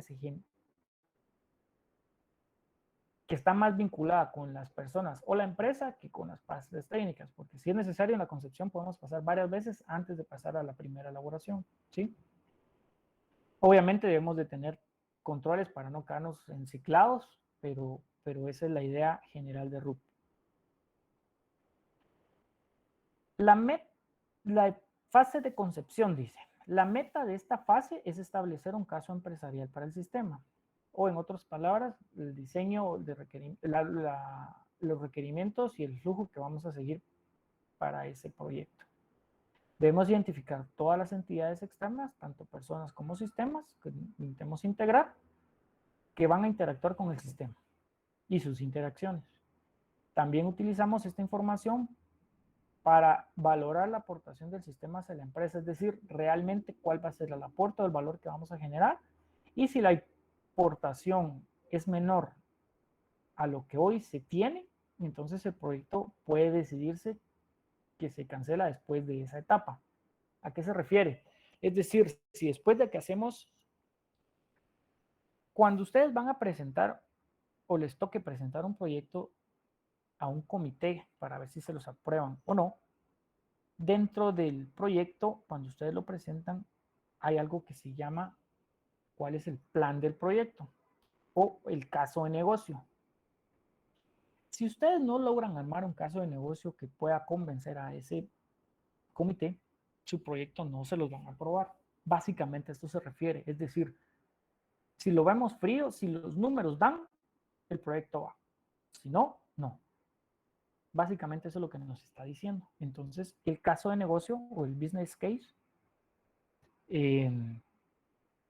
tiene que ser coherente con respecto a la inversión que la empresa o ustedes están pidiendo que van a hacer en ese proyecto. Dice que es un modelo de fases que identifica las 4 fases, ¿verdad? Esta es la primera, la concepción, y acá se puede cancelar. La otra es la elaboración. Dice, la meta de esta fase es desarrollar la comprensión del dominio del problema y establecer el marco conceptual de arquitectura para el sistema. Es decir, cómo lo vamos a implementar a nivel de arquitectura. Y vamos a diseñar el plan del proyecto. ¿A qué se refiere el plan de proyecto? El plan de proyecto incluye el plan de comunicaciones, plan de administración del riesgo, el plan de adquisición de recursos o plan de adquisiciones únicamente, la identificación de los interesados, ¿qué otro? El inicio y cierre del proyecto, por mencionar algunas de las cosas que se van a ver en el plan del proyecto. El cronograma o la planificación, perdón. Eso es el plan de proyecto. Al completar esta fase, debemos de tener un modelo de requerimientos para el sistema, que podría ser una serie de casos de uso del UML y una descripción arquitectónica y un plan de desarrollo del software. ¿Sí? ¿Dudas con estas primeras dos fases de RUP? La primera es concepción, la segunda es elaboración, ¿sí? ¿No? Bien. La otra es la construcción. En esta etapa o fase, pues vamos a incluir el diseño y la programación y pruebas del sistema. El análisis estaba en la anterior, ¿verdad? Aquí lo separa. Aquí ya solo nos aplicamos en el diseño, la programación y las pruebas. Y partes del sistema las vamos a desarrollar en paralelo y se integran durante esta fase. Aquí ya podemos hacer un cronograma para que, dependiendo de la cantidad de personas que tengamos a nuestro cargo en el proyecto, asignadas al proyecto, puedan hacer varios desarrollos en paralelo. Cuando terminemos esta etapa, esta fase, lo que vamos a tener es el software funcionando y la documentación relacionada, lista para entregar al usuario. RUP obliga a que el desarrollo se entregue ya documentado para el usuario. ¿Sí? Eso es manuales de usuario, manuales de configuración, manuales de implementación, como mínimo. Y la última fase es la de transición. ¿A qué se refiere la fase de transición? Es que debemos de implementarlo. ¿Por qué se llama transición? Porque pasa de la construcción hacia una etapa de implementación y de entrega y de uso para el usuario. Entonces, básicamente es ponerlo a funcionar y esto es algo que se ignora en la mayoría de los modelos de proceso de software, es decir, no incluyen el tema de la transición. Y es algo bien costoso y en ocasiones problemática. ¿Por qué? Por la resistencia al cambio, porque resulta que no mandamos todos los componentes, que no teníamos todo el hardware necesario, que no teníamos todos los permisos a nivel de red y todo lo que ustedes se pueden imaginar. No tenían las computadoras todos los usuarios que tenían que usar, no estaban los usuarios creados, faltó capacitar a un área, lo que sea que se les pueda ocurrir. Por eso es de que a veces es problemático y tenemos que tener un plan para esa transición. Y el complemento de esta fase debemos de tener un sistema de software documentado que funcione correctamente. Básicamente esos son el RUP. Si se dan cuenta, se dice fácil, sin embargo aquí hace mucho énfasis en la documentación, por lo que hace sentido lo que decía que está estrechamente orientado hacia la empresa y a las personas, ¿sí? No solo es el desarrollo, sino también toda la documentación, que aquí es bastante. ¿Dudas con esto? Bien. ¿Cuál sería el flujo de trabajo que sigue RUP? Bien. RUP está diseñado o se diseñó en conjunto con UML. De manera que la descripción del trabajo está orientada sobre los modelos de UML, como por ejemplo los modelos de secuencia, modelos de objeto, etc. El modelado del negocio son los procesos, que es la primera que vemos acá, utilizando casos de uso de la empresa. A eso le vamos a llamar modelado del negocio. La siguiente etapa del flujo, que es la de requerimientos, es donde se identifican a todos los actores que interactúan con el sistema y se desarrollan casos de uso para modelar los requerimientos del sistema. ¿Sí? El análisis y diseño, pues se crea y documenta el modelo del diseño utilizando los modelos arquitectónicos de componentes, de objetos y de secuencias. Todos estos son nombres de modelos de UML, ¿verdad? La implementación, pues básicamente es cuando se implementa y estructuran los componentes del sistema y todos los subsistemas que podamos necesitar. Eso implica la generación del código a partir de los modelos que ya hicimos en el diseño. Las pruebas, pues son un proceso iterativo y que se realizan en conjunto con la implementación. Aquí se refiere a las pruebas de usuario, ¿verdad? No a las pruebas de calidad de software. El despliegue se crea la liberación de un producto y se distribuye a los usuarios y se instala en su lugar de trabajo. La administración de la configuración se refiere al flujo de trabajo de apoyo para la gestión de cambios. Porque normalmente quien implementa no es el mismo que desarrolla. Por eso se refiere a la administración de cambio, que gestiona los cambios del sistema. Y la administración del proyecto, que esto ya es el flujo que gestiona el desarrollo del sistema. Por último, el entorno. Es un flujo de trabajo que pone a disposición del equipo de desarrollo de software todas las herramientas que necesite. ¿Sí? Y este sería el flujo de trabajo que se sigue con RUP. Tip sobre RUP va a ser, creo yo, no estoy seguro si vamos a hacer RUP o Scrum de proyecto. Así que entre esas dos está para que le pongan un poco de atención. A ver, enfoque práctico. El desarrollo de software, vamos a ver, RUP dice que tiene un enfoque práctico. Y es que el desarrollo de software lo debemos hacer de manera iterativa a forma de incrementar el plan en base a las prioridades del cliente. A pesar de que nos pide mucha documentación y vieron el flujo de trabajo que se genera, la fase donde estamos haciendo el desarrollo debemos de, o nos sugiere que lo hagamos de forma iterativa. Y tenemos esa primera parte, ¿verdad? El enfoque práctico debe ser desarrollo de manera iterativa. Ya vimos de qué forma podemos hacerlo. Gestión de requerimientos, es decir, debemos de tener huella o debemos de formalizar cada requerimiento que nos hagan, incluyendo aquellos cambios de alcance que podamos llegar a tener. Eso es bien importante, tener el control de todos los cambios de alcance. La arquitectura basada en componentes es otro tema que nos piden o es la sugerencia de RUP que utilicemos, arquitectura basada en componentes. El software modelado visualmente, ¿a qué se refiere? A toda la diagramación que UML nos pueda dar y generemos todos los gráficos que podamos necesitar. La verificación de calidad del software, que hablamos bastante de eso también, y el control de cambios. El control de cambios va atado de la gestión de requerimientos, por lo tanto, se recomienda que sea un mismo documento. ¿Por qué? Porque tenemos los requerimientos originales y tenemos todos aquellos que vienen a cambiar los originales o a agregar o a sustituir o a quitar requerimientos originales. Tenemos que tener bien clara la diferencia y aquí la recomendación es que sea un mismo documento. ¿Sí? Las innovaciones que más nos aportó RUP es la separación de fases y flujos de trabajo y el reconocimiento que el despliegue del software en un entorno de usuario forma parte del proceso. Hasta en ese punto se estandarizó mucho el tema del seguimiento con el usuario en el despliegue, ¿sí? Pues teóricamente hablando, ¿verdad? Y que las fases son dinámicas y tienen metas específicas.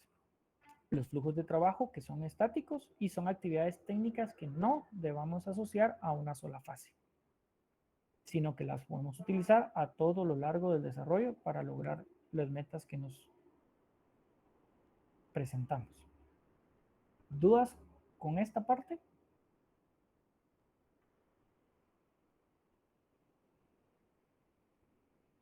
¿No?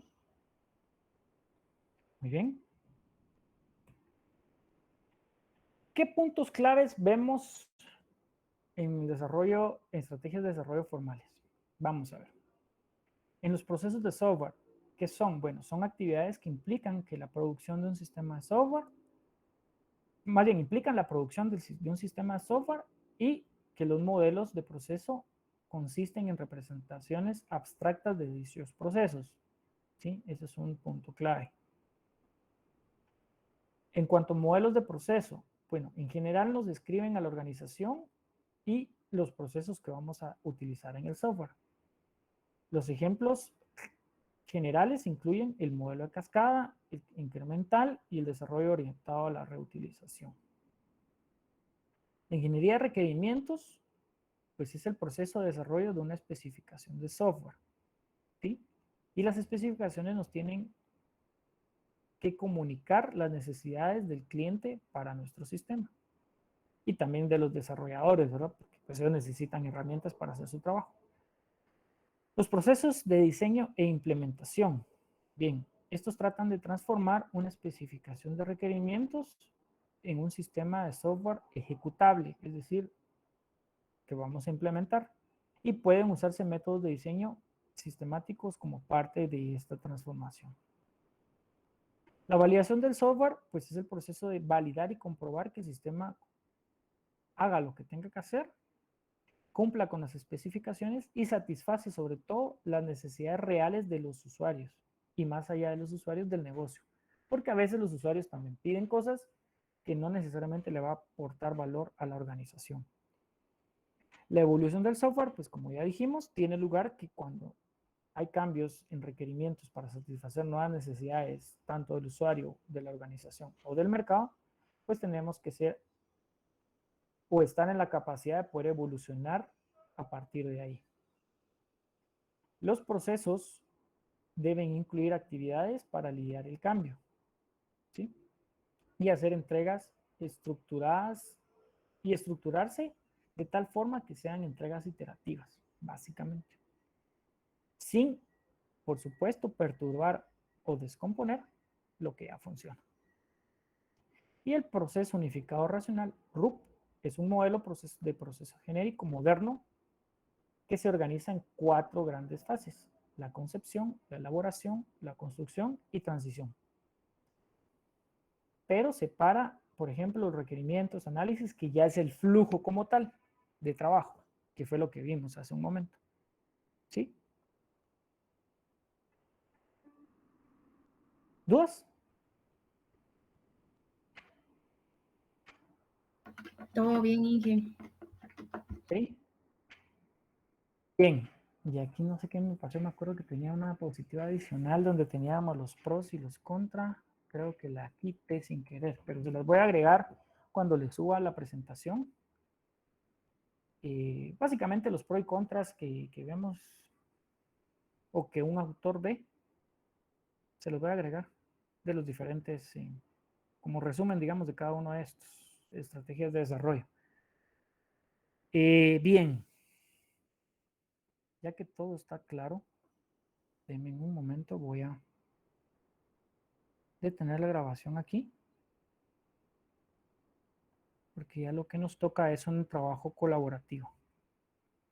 Muy bien, ya están hechos los grupos. Pregunto. Sí, Inge. Ya dije. Perfecto. Va. Miren pues, entonces entren. Ahorita les voy a decir. A ese link que les tengo en pantalla o pongan más fácilmente Miro en Google. William Alejandro dice que no tiene grupo. A ver, ¿cuántos grupos hay? Ya tienen a la persona que los va a representar.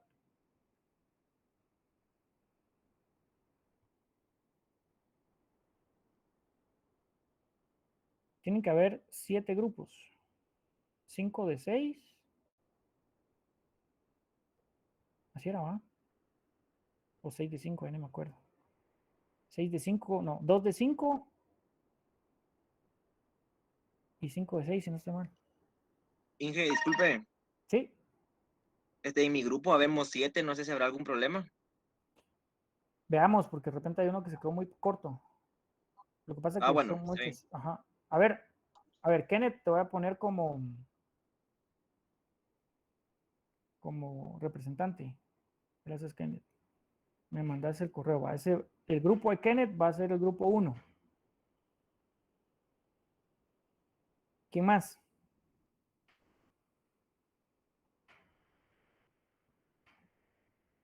William y Erwin no tienen grupo. Sí, Lester, por correo. Entonces Lester va a ser el otro. Lester y Kenneth no están en el mismo grupo, sí. No, ingeniero. Ah, va. Entonces Lester va a ser el grupo de Lester, va a ser el grupo 2.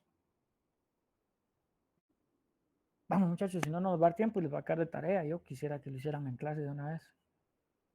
Nosotros, Inge, somos Erika. otro grupo. Sí. Va, gracias, Erika. ¿Cuántos son en su grupo? 5.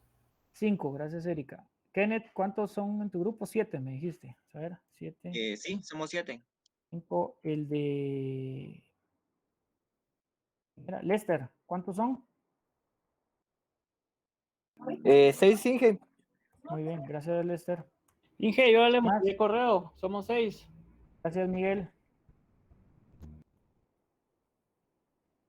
¿Qué otro grupo hay? Nosotros, ingeniero. Somos 6 nosotros. Luis. Somos 5, perdón, 5. 5. Ah, va. Laura, en mi grupo somos 6. Gracias, Ana Laura. Vamos a ver, pues. Grupo 1, Kenneth. Grupo 2, dijimos Lester. Grupo 3, ¿quién fue? Luis. No, Sí, yo fui ingeniero. voy a poner acá. Luis. Kenneth. Lo que estamos acá, los que ya tienen grupo, empiecen con Miró. Kenneth, Luis. El otro, ¿quién fue el grupo de 5? Nosotras, Inge, el de Erika. Erika, gracias. Usted me habló ahí al final. ¿Quién era el otro? Miguel era el otro grupo, gracias. El otro grupo de 6, aparte del de Luis. Ana Laura era 1. Nosotros somos 5, ingeniero. ¿Quién? ¿El de Luis? Sí. Ok.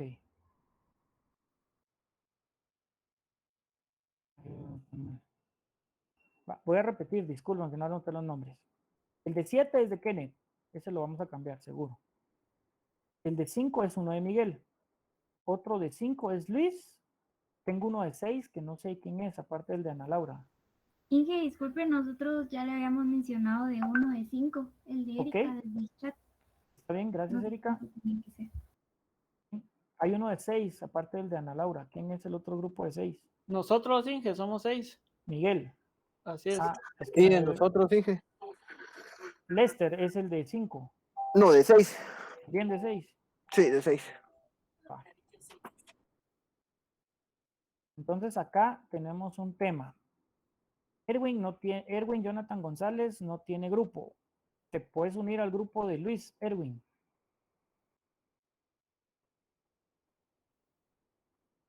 Erwin, ¿estás por ahí? Erwin Jonathan. Sí, González por ahí escribió, creo. Escribió ahí en el chat, Inge. Ah, ya, sí, gracias. Ok, va. Entonces el de Luis ya es de 6. Era el otro que no tenía grupo. William Alejandro García. Te puedes unir al grupo de Erika. ¿De quién, disculpe, ingeniero? De Erika Gabriela. Ah, pero ¿y cómo le hago para contactarla? Ah, pónganse de acuerdo, muchachos. Aquí está Erika, pedirle el... Ah, sí. Sí, gracias, Inge. Va. Entonces vamos a sumar 7, o sea, son 1, 2, 3, 4, 5 de 6 personas. Son 37, más el de Kenneth. Y somos varios. Marvin. Ah, bueno, el de Marvin faltaba. Sí, gracias, Marvin. Muy bien. 26 y 7, yo creo que ahí estamos, ¿va? 43. Ok. Muy bien. Miren, pues. Si ustedes entran, ¿ya crearon su usuario en Miro? Yo sí, pero Inge, me está pidiendo un ¿Sí? nombre de grupo. todos tenemos que abrir esa cuenta en Miro, todos los del grupo o solo uno. Fíjense que la realidad es que todos deberían de crear su cuenta para poder hacer la actividad, pero creo que también voy a presentarles otra pantalla. Les voy a pedir que ingresen a... Denme un chance, denme un chance. Ahí está. Les voy a pedir que ingresen, como les decía. Ay, Dios mío. Ese es el grupo clase A. Se los voy a poner aquí en el chat. Bueno, aquí sería el de Kenneth. Va a ser el grupo 1. 1. En el orden que se los voy a poner aquí. Grupo 2. El de Kenneth es el grupo 1. El de Miguel es el grupo 2. El de Luis el grupo 3. El de Lester el grupo 4. El de Erika es el grupo 5. El de Ana es el grupo 6. Y el de Marvin es el grupo 7. ¿Sí? Aquí se los mando. Para que en el correo me digan quién es qué grupo. Entren a este link que les acabo de dar. Yo creo que sin crear usuario les va a dejar entrar, según yo. Pero va a ser de forma anónima. Y la cosa es que me interesa, esta es una plataforma que nos permite trabajar de forma colaborativa. Y lo que me importa también es de que todos aporten, ¿sí? Entonces,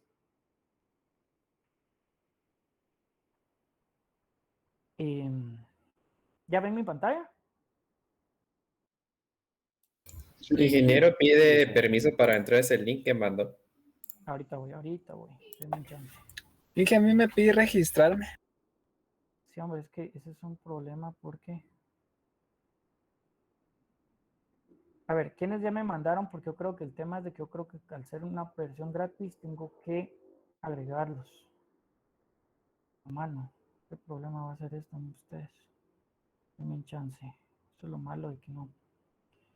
Espérenme, déjenme ver qué puedo hacer acá. Vamos a ver. Aquí está. Alguien ya me mandó el correo, me dijo con el grupo. Vamos a probar. Ok. Voy a hacer una prueba con Ana Laura. Si no, les va a tocar que les va a quedar de tarea, pero no creo que les va a quitar mucho tiempo. Saber compartir. Invite.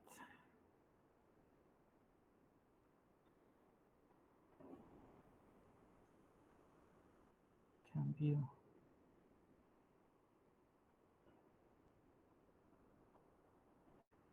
Vamos a ver si con este nuevo link si los deja. Déjenme ver.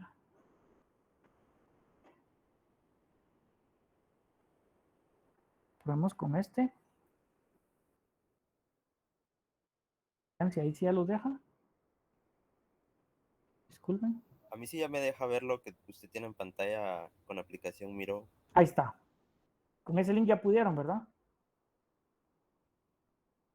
Sí, era yo el que no estaba haciéndolo bien. Bien.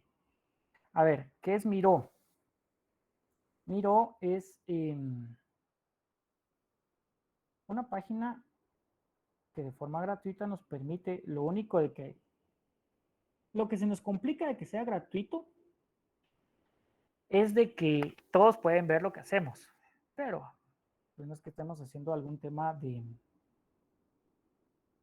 que sea sensible, ¿verdad? Entonces, si se dan cuenta acá tenemos 4, por cada equipo tenemos 4 mapas mentales, el mismo, ¿verdad? Waterfall, incremental, evolutivo y RUP. Y así por cada equipo. Hasta el grupo 7, si no estoy mal, si está de una vez creado, sí. ¿Qué es lo que quiero que hagan? Pues como ya se lo habrán imaginado, y por eso les decía que el que hizo grupo con Marvin, creo yo que fue el que me contestó o nos hizo el resumen, pues lo que quiero es de que todos, por cada integrante, y se dan cuenta, lo pueden mover por si se topan con los otros equipos. Lo que quiero es de que agreguen sus ideas y los conceptos por cada una de las estrategias de desarrollo. Es importante que todos coloquen lo que quieran y al final se pongan de acuerdo, porque puede ser de que pongan conceptos parecidos y lleguen a una versión final. Eso es lo que quiero que hagan. Por ejemplo, waterfall, que puede ser una característica, qué características tiene, qué beneficios. Si ustedes creen necesario que con lo que les di en clase no es suficiente y quieren agregar algo más, pues ustedes también pueden investigar y agregar. Esto va a estar libre, entonces, para que lo trabajen durante estos días. Yo el próximo sábado ya les lo tomo como la versión final. Así que, adelante, ya saben, muevan cada uno sus equipos, ténganlo ahí bien ordenadito, muévanlo hacia abajo si ustedes prefieren, hacia arriba para no estar a la par de sus equipos, de otros equipos, porque esto va a ir creciendo. Entonces, adelante.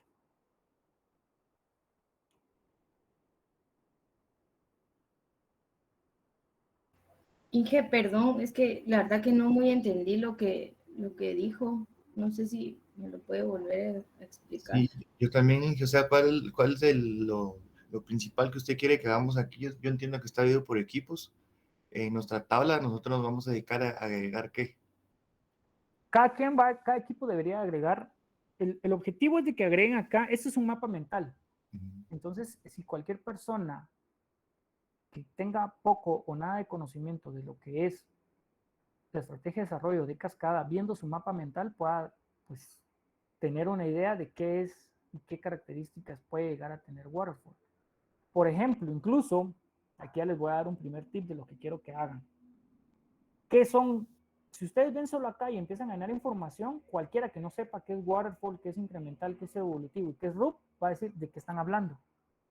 Por ejemplo, yo agregaría una base en la cual lo primero que sea es estrategias de desarrollo, por ejemplo. Y lo cambiaría. Esta es una idea de lo que quiero que hagan.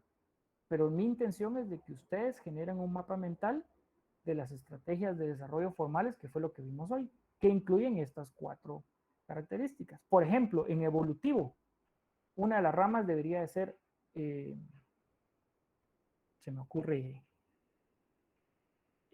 prototipos. Otra rama debería de ser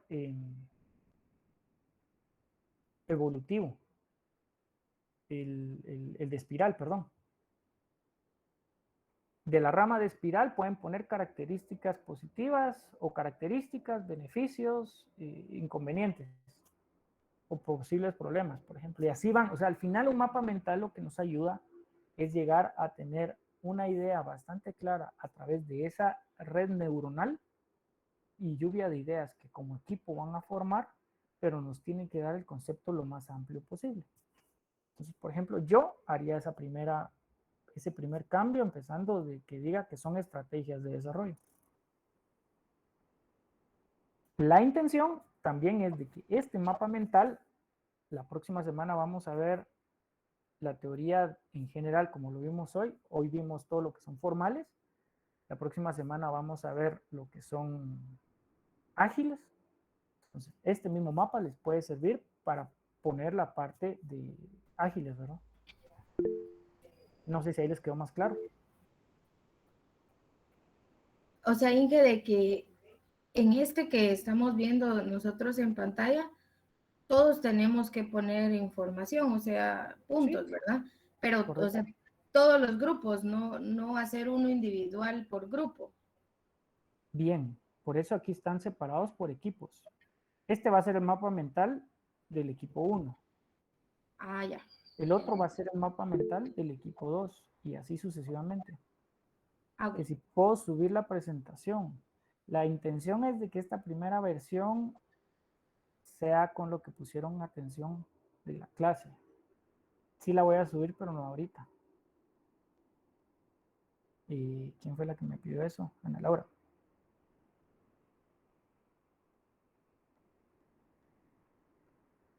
No permite editar, ¿en serio?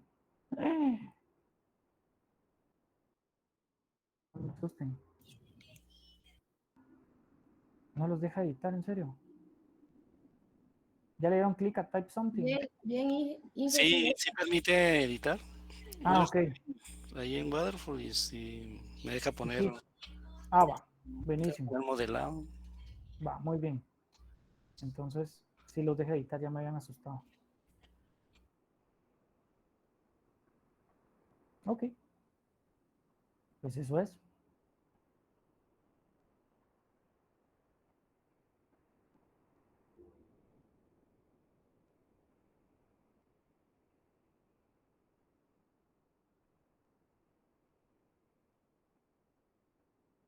También, si ustedes lo creen necesario, pueden agregar etiquetas, por ejemplo, aquí un sticky note.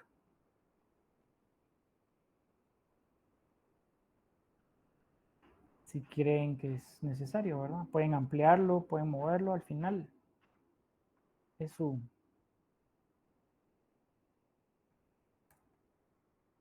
mapa mental.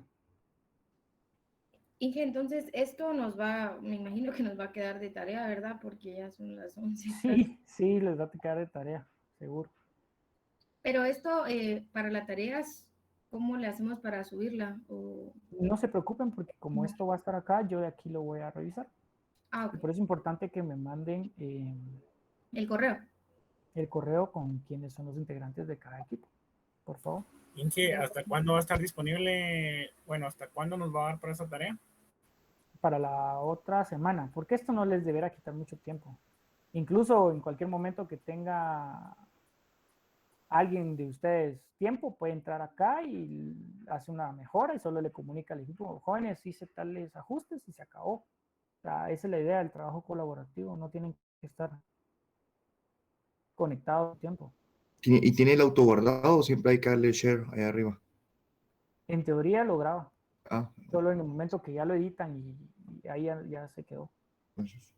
Sí, no tienen que darle share. Sí, no se preocupen.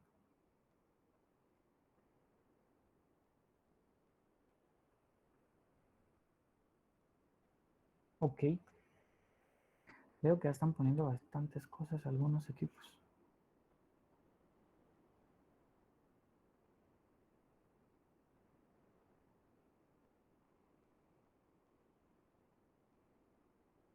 Esto también les va a servir a ustedes mucho, estos mapas mentales, para incluso para estudiar. Es decir, esa es la idea. Y la razón de que no les subí ahorita la presentación es para ver realmente qué tanto pues absorbieron de la clase, ¿verdad? Pero sí se los voy a subir, no tengan pena.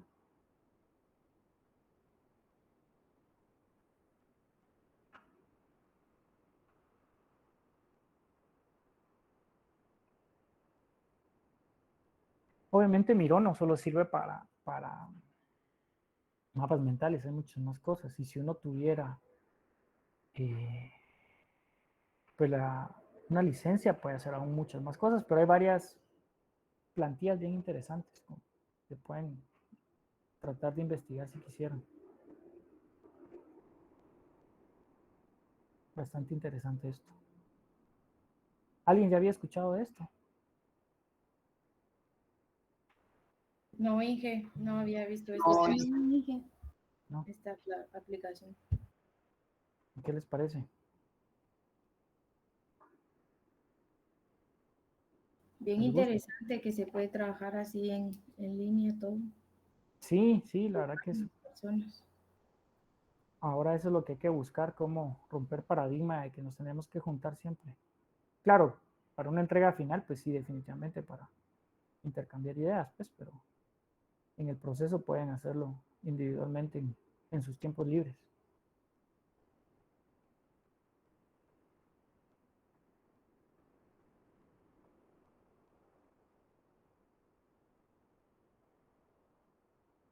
Y esta es una estrategia de de estudio, en realidad, para tratar de asegurar de que se les queden mejor las cosas. Hacer un resumen es un mapa mental.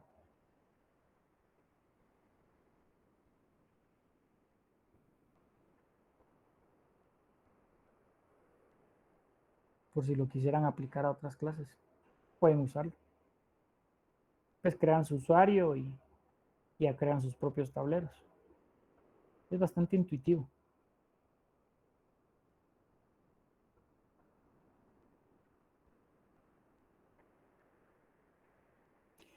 Bien, comentarios de la clase de hoy. A ver, ¿quiénes no tuvieron en lo que están ahí que se conectaron tarde y no les tomé asistencia antes de que se me vayan?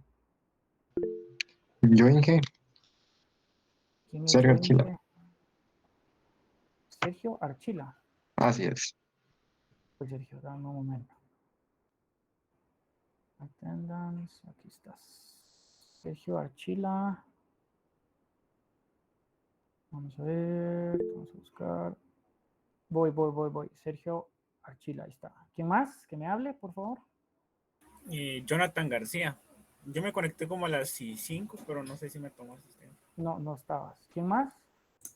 Yo, ingeniero, Julio Flores. Julio Flores, ok, vamos a ver, ¿dónde estás, Julio? Julio César Eduardo, no, ¿verdad? Sí, es que creo que pusieron mal mi apellido, aparece como Florea. Florea, sí, así, correcto. Inge, yo creo que le aparezco hasta